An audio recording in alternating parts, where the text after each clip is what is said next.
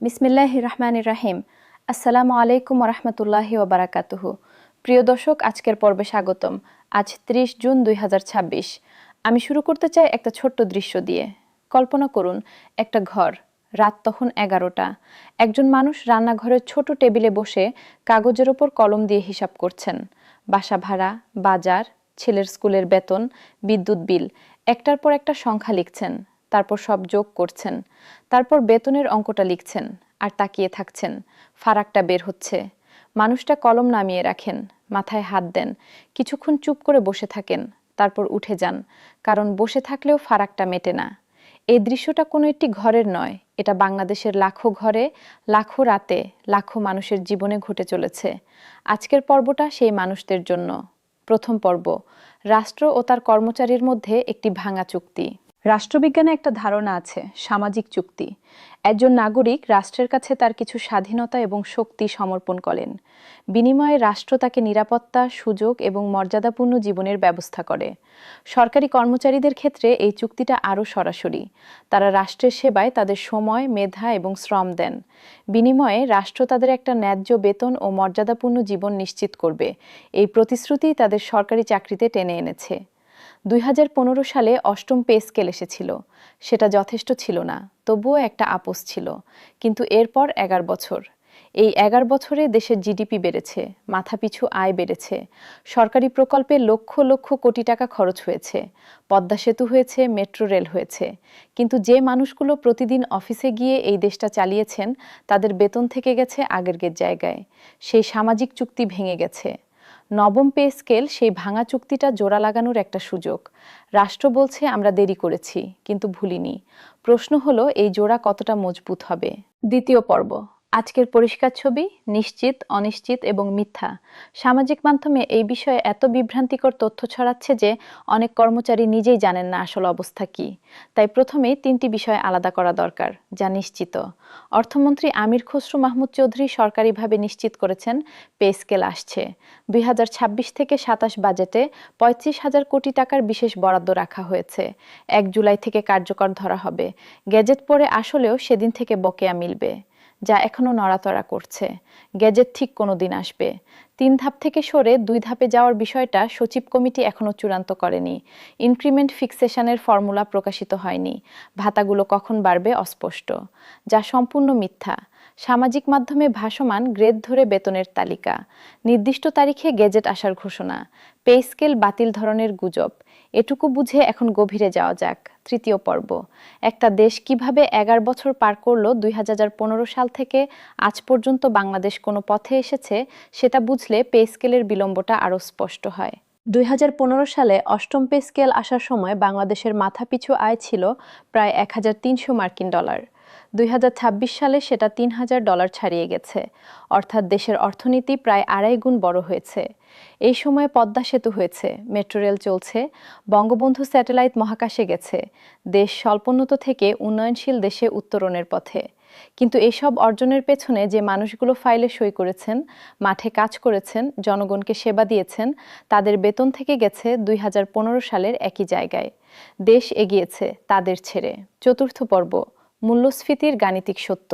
২০১৫ থেকে ২০২৬, ১১ বছরে বাংলাদেশের সামগ্রিক মূল্যস্ফীতি ১০০ থেকে ১১৫% কাছাকাছি।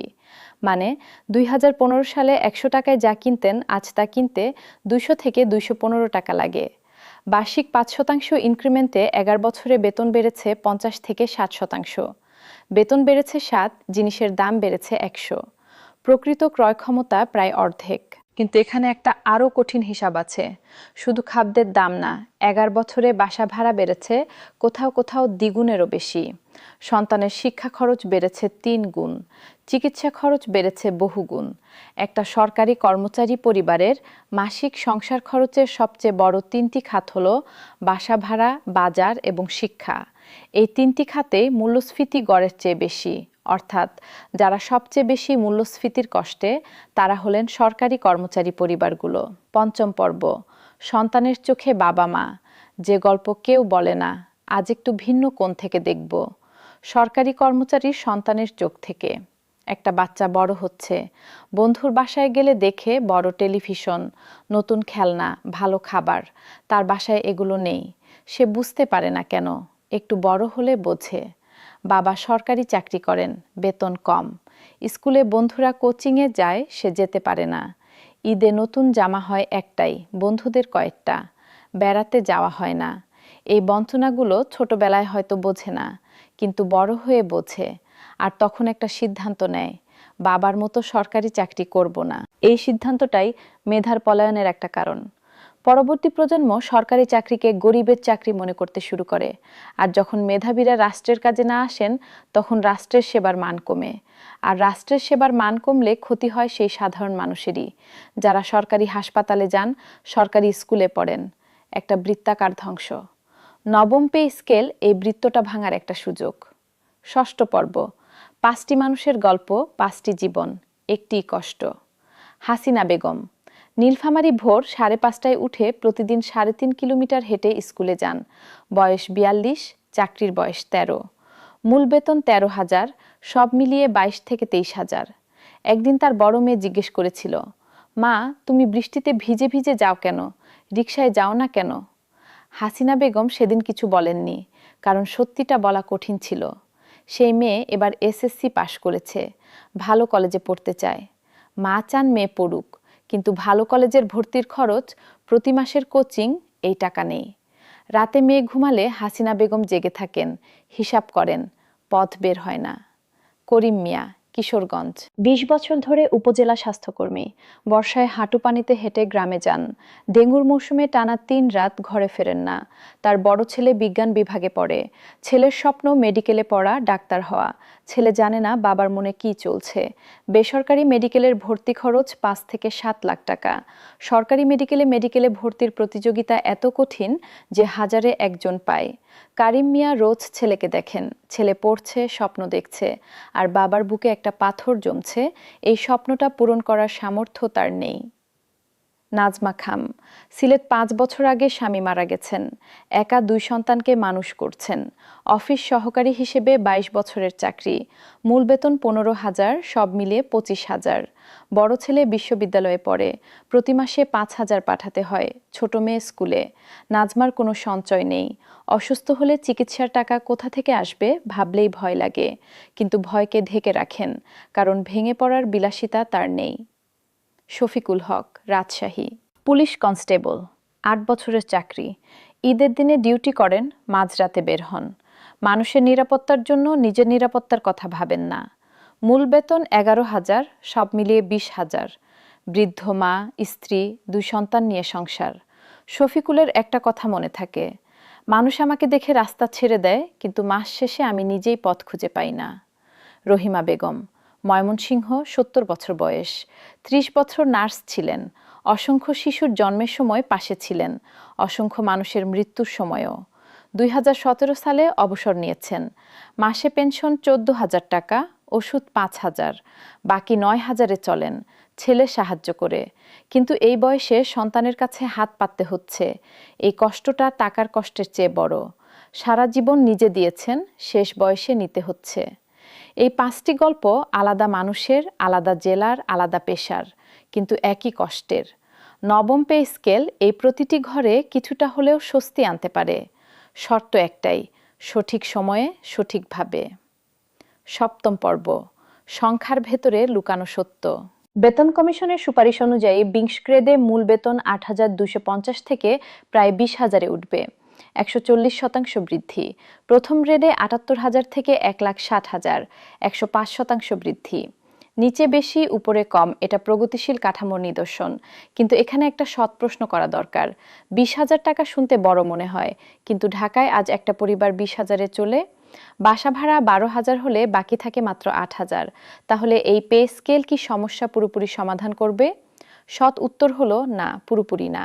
এটা আগের চেয়ে অনেক ভালো, এটা একটা দরকারি পদক্ষেপ, কিন্তু এটা চূড়ান্ত সমাধান নয়। এই সততাটা জরুরি, কারণ অবাস্তব প্রত্যাশা তৈরি হলে পরে হতাশা আরও গভীর হয়। অষ্টম পর্ব, বাজেটের কঠিন সমীকরণ। সরকার কি বলছে না কিন্তু যা সত্য। পুরো পে স্কেল একবারে দেওয়া হচ্ছে না কেন, এই প্রশ্নের উত্তরে অনেকেই সরকারকে দোষ দেন, কিন্তু একটু ভেতরে যাওয়া দরকার। বাংলাদেশের কর জিডিপি অনুপাত দক্ষিণ এশিয়ায় সর্বনিম্নের কাছাকাছি। মানে দেশের আয়ের অনুপাতে সরকার যে কর পায় তা অনেক কম। এর কারণ বিশাল অনানুষ্ঠানিক অর্থনীতি, কর ফাঁকি, কর আদায়ের দুর্বল ব্যবস্থা। এই সীমিত রাজস্বের মধ্যে ঋণের সুদ পরিশোধ, ভর্তুকি, সামাজিক নিরাপত্তা, উন্নয়ন প্রকল্প সব চালাতে হয়। পুরো পে স্কেল এক ধাপে দিলে মূল্যস্ফীতির ঝুঁকি বাড়ে। বাজারে হঠাৎ বিপুল অর্থ ঢুকলে দাম বাড়ে। দাম বাড়লে বেতন বৃদ্ধির সুবিধা কমে যায়। কর্মচারীরাই শেষ পর্যন্ত ক্ষতিগ্রস্ত হন। এই যুক্তিটা অর্থনীতির ভাষায় সঠিক, কিন্তু এই যুক্তির বিপরীতেও একটা কথা আছে। সীমিত রাজস্বের মধ্যেও অগ্রাধিকার নির্ধারণ হয়। অনেক প্রকল্প আছে যেগুলো কম জরুরি। যদি সত্যি মানুষ অগ্রাধিকার হয় তাহলে পে স্কেলের টাকাটা বের করা যায়। এই দুটো দিকই সত্য, আর দুটোর মাঝামাঝি কোথাও সরকারকে সিদ্ধান্ত নিতে হচ্ছে। নবম পর্ব, কর্মচারী সংগঠনের দাবি, যা পাওয়া গেছে, যা পাওয়া যায়নি। বাংলাদেশ সরকারি কর্মচারী দাবি আদায় ঐক্য পরিষদ সহ বিভিন্ন সংগঠন শুধু বেতন বৃদ্ধি চাননি, তাদের একটি তালিকা ছিল। টাইম স্কেল ও সিলেকশন গ্রেড পুনর্বহাল। একসময় নির্দিষ্ট বছর চাকরি পূর্ণ হলে পদোন্নতি না পেলেও স্বয়ংক্রিয়ভাবে উপরের ধাপে যাওয়া যেত। এটা ছিল দীর্ঘ সেবার একটা বাস্তব পুরস্কার। অষ্টম পে স্কেলে বাতিল হয়েছিল। পেনশন গ্র্যাচুইটির হার পুনর্নির্ধারণ এবং 100% পেনশন নিশ্চিত করা। জানুয়ারি থেকে বকেয়া দেওয়া, এই দাবি এখনও সরকারি ঘোষণায় নেই। বেতন বৈষম্য নিরসন।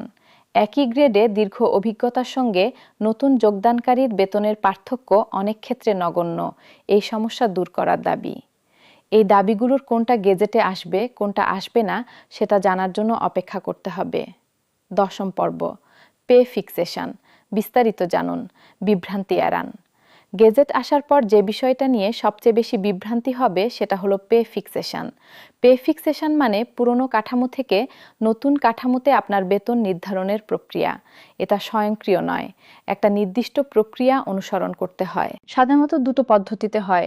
হয় বর্তমান মূল বেতনের ওপর একটি নির্দিষ্ট গুণক প্রয়োগ করে, নয়তো গ্রেড ও চাকরির বছর দেখে নতুন কাঠামোতে একটি ধাপে বসানো হয়।